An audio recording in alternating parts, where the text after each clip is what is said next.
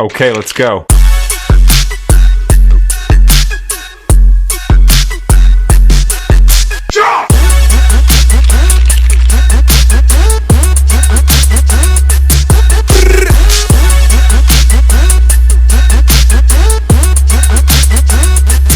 Halo teman-teman, perkenalkan nama saya Palestina Lase. Saya mahasiswa semester 5 di Universitas Nias, program studi Manajemen Fakultas Ekonomi. Saya akan menjelaskan tentang metode simplex. Untuk lebih lanjut, silakan simak video saya berikut. Teman-teman, hari ini saya akan menjelaskan tentang metode simplex, yang dimana metode simplex ini bertujuan untuk memaksimalkan atau meminimalkan keuntungan.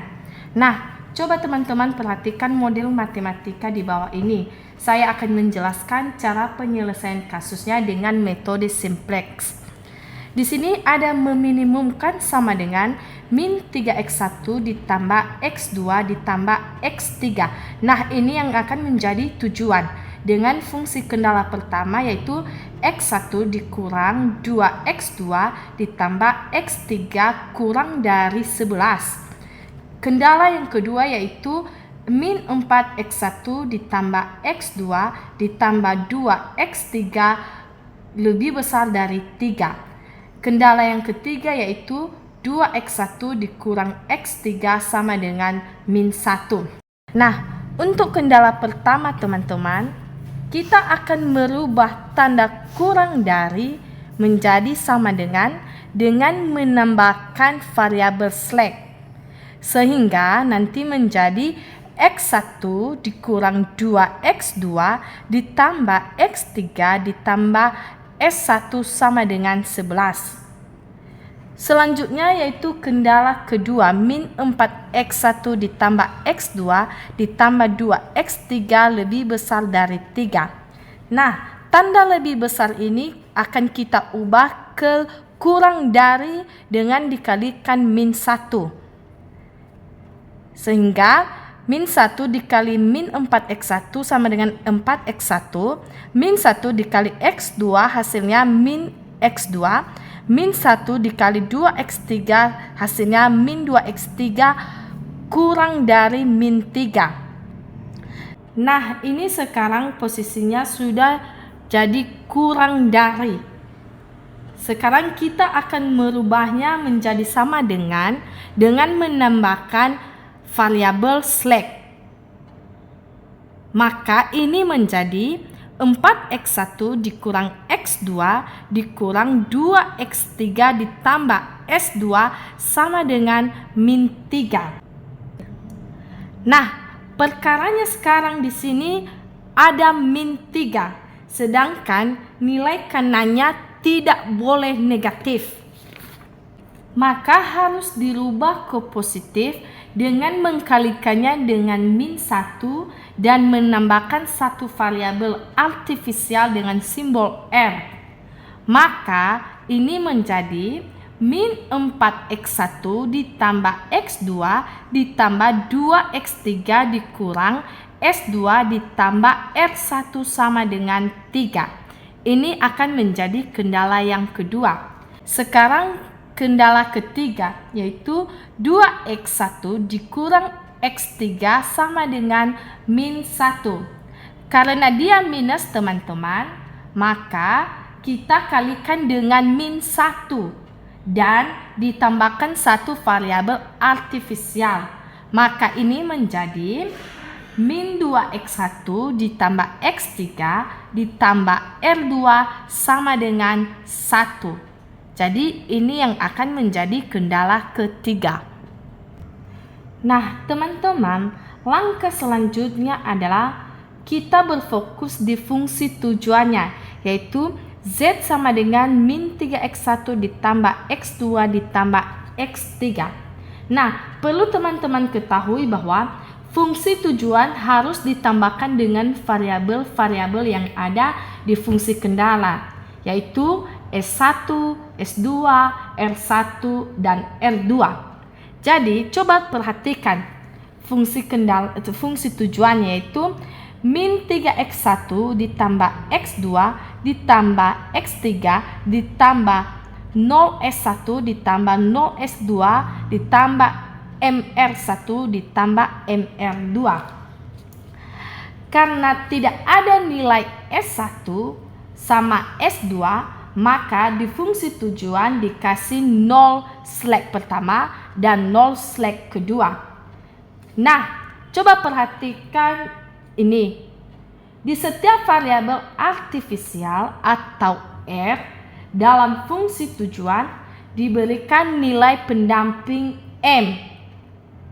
Coba perhatikan teman-temannya, yang artinya apabila ada penambahan artifisial, maka ditambahkan juga nilai pendamping M.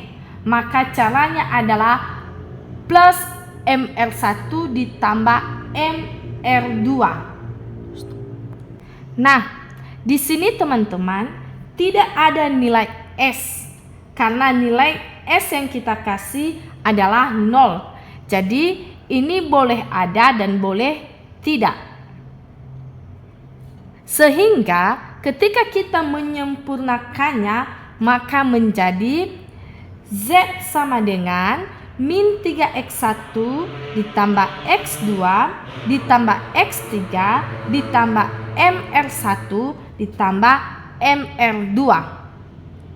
Maka pertanyaannya sekarang, dari mana kita ambil nilai R1 dan dari mana kita ambil nilai R2-nya?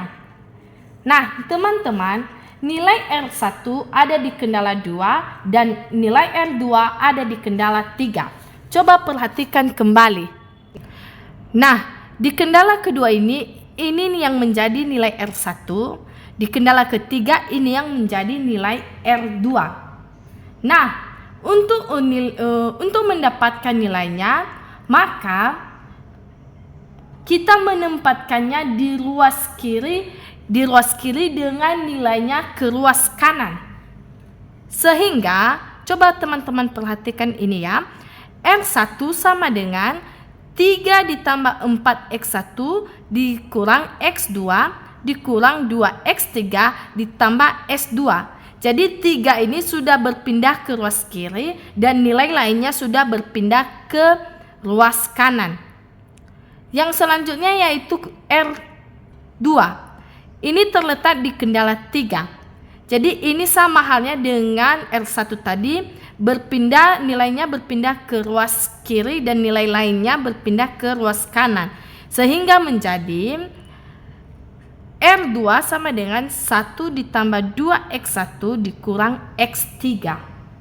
Maka setelah itu masukkan langsung di fungsi tujuan, yaitu Z sama dengan min 3X1 ditambah X2 ditambah X3 ditambah M dikali 3 tambah 4X1 dikurang X2 dikurang 2X3 ditambah S2 ditambah M dikali 1 ditambah 2X1 dikurang X3.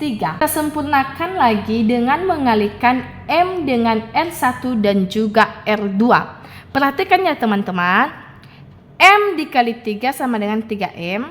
M dikali 4X1 sama dengan 4MX1. M dikali X2 sama dengan MX2. M dikali 2X3 sama dengan 2MX3. M dikali S2 sama dengan MS2. Ditambah M dikali 1 sama dengan M. M dikali 2X1 sama dengan 2MX1. M dikali min X3 sama dengan min MX3. Setelah itu, kita kelompokkan variabel X1, X2, X3, dan variabel lainnya yang sama. Yang pertama dulu min 3X1, 4MX1, dan juga 2MX1. Kita hitung. Min 3X1, 4MX1, 2MX1. Hasilnya min 3 ditambah 4 ditambah 2, 6X1. Kita tulis di sini. Min 3 ditambah 6MX1 ditambah X2 sama min MX2. Kita hitung 1 ditambah min M. Jadinya 1 min MX2. Kita tulis di sini 1 dikurang MX2 ditambah X3 min 2MX3 dan min MX3 kita hitung.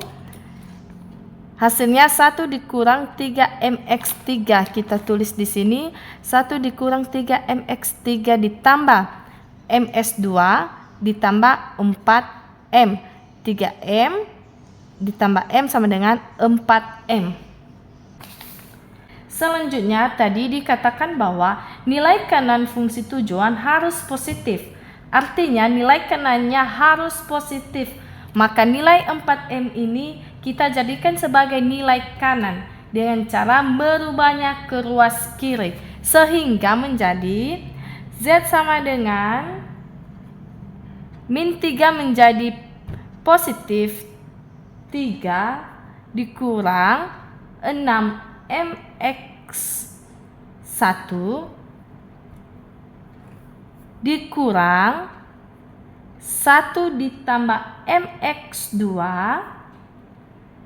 dikurang 1 ditambah 3MX3 dikurang MS2 sama dengan 4M. Selanjutnya kita isi semuanya ke dalam tabel simplex. Yang kita selesaikan dulu yaitu baris Z. Untuk X1 nilainya 3 dikurang 6M diambil dari sini. X2 min 1 tambah M. X3 min 1 tambah 3M. S1 0. S2 min M. R1 0 tidak ada di atas ini. R2 0 tidak ada. Dan nilai kanannya adalah 4M. Nah, untuk kendala pertama kita kasih tanda sebagai bagian A. Kita isi X1-nya 1. Ini diambil dari kendala pertama di bagian ini. Kita isi menjadi X1 sama dengan 1, X2 sama dengan min 2, X3 positif 1, S1-nya 1, S2 0, R1 0, R2 0, dan nilai kanannya adalah 11. Selanjutnya untuk kendala 2 yaitu bagian B. Kita isi barisnya yang pertama X1 min 4, X2 1, X3 2, S1 0, S2-nya min 1, R1 0, R2 0, nilai kanan 3. Ini kita ambil pada nilai kendala yang kedua. Selanjutnya yaitu kendala ketiga bagian C. X1 min 2, X2 0, X3 1, S1 0, S2 0, R1 0, L2 0, nilai kanannya 1. Selanjutnya yaitu kita menentukan kolom kunci. Nah, pada kasus minimisasi kita mencari nilai positif terbesar. Pada baris Z, nilai positif terbesar terletak di X3. Sekarang kita mencari baris kunci. Untuk mencari nilai baris kunci, rumusnya nilai kanan dibagi kolom kunci, yaitu 11 dibagi 1 sama dengan 11, 3 dibagi 2 sama dengan 1,5, 1 dibagi 1 sama dengan 1. Nah, ini menjadi nilai indeks, dan nilai indeks terkecil menjadi baris kunci, yaitu baris C. Ini ya teman-teman, kolom kunci X3, baris kunci berada di baris C. Nah, setelah itu selanjutnya angka kunci. Kita akan menentukan angka kunci. Cara menentukannya yaitu menentukannya antara perpotongan kolom kunci dengan baris kunci, yaitu 1. Sekarang teman-teman, setelah kita menemukan kolom kunci, baris kunci, dan angka kunci, sekarang kita akan menentukan baris baru kunci. Rumusnya yaitu nilai baris lama dikurang nilai kolom kunci dikali nilai baris. Sekali lagi, rumusnya yaitu nilai baris lama dikurang nilai kolom kunci dikali nilai baris. Coba teman-teman perhatikan perhitungannya ya, biar tidak salah. Yang pertama yaitu ini adalah nilai baris lama. 3 dikurang 6M, nilai kolom dikurang nilai kolom kunci, ini min 1 ditambah 3M. Seterusnya dikali nilai baris, ini min 2. Nah, perhitungannya seperti ini ya teman-teman. Min 1 dikali min 2 sama dengan positif 2. 3M dikali min 2 sama dengan min 6M. Setelah itu, baru 3 dikurang 2 sama dengan 1. Min 6 dikurang min 6 tidak bisa, maka kita kalikan ini dulu. Positif kali positif, negatif kali negatif sama dengan positif. Setelah itu min 6 ditambah 6M, maka hasilnya adalah 0. Jadi hasil perhitungannya untuk X1 adalah 1. Selanjutnya untuk menentukan X2, yaitu min 1 ditambah M, ini adalah nilai baris lama. Min 1 ditambah 3M, ini adalah nilai kolom kunci dikali dengan nilai baris, yaitu 0. Perhitungannya seperti ini ya teman-teman, sama seperti cara mencari X1 yang tadi, yaitu min 1 dikali 0 sama dengan 0, 3M dikali 0 sama dengan 0. Jadi, min 1 dikurang 0 sama dengan min 1. M dikurang 0 sama dengan M. Jadi, hasilnya min 1 ditambah M. Nah, untuk seterusnya mencari X3, S1, S2, R1, R2, dan nilai kanan, caranya sama ya teman-teman, sama seperti ini. Nah, setelah itu teman-teman, setelah kita menemukan nilai X1, X2, X3, S1, S2, R1, R2, dan nilai kanan, baru kita masukkan ke dalam tabel. Ini ya teman-teman, perhatikannya. X1 sama dengan 1, ini nilai X1-nya 1. Nilai X2 dimasukkan ke sini. X3-nya ini, S1 sama dengan 0 ini. S2-nya M, R1-nya 0, R2-nya 1 min 3M, nilai kanannya 1 tambah M. Jadi, untuk seterusnya mencari baris A, baris B, kita lakukan perhitungan yang sama ya teman-teman. Baru setelah itu nanti setelah menemukan semua hasilnya, kita tambahkan atau kita masukkan lagi ke dalam tabel sama seperti pada baris Z ini. Nah, selanjutnya kita cari tabel yang ketiga. Untuk mencarinya, kita tetap menggunakan perhitungan yang sama ya teman-teman. Sama seperti perhitungan yang kita lakukan tadi, yaitu nilai baris lama dikurang nilai kolom kunci dikali dengan nilai baris. Kita mencari nilai baris Z, A, B, C. Setelah kita menemukannya, kita masukkan ke dalam tabel. Begitupun dengan tabel nomor 4 ya teman-teman. Kita melakukan perhitungan yang sama sampai nilai ini nantinya positif semua.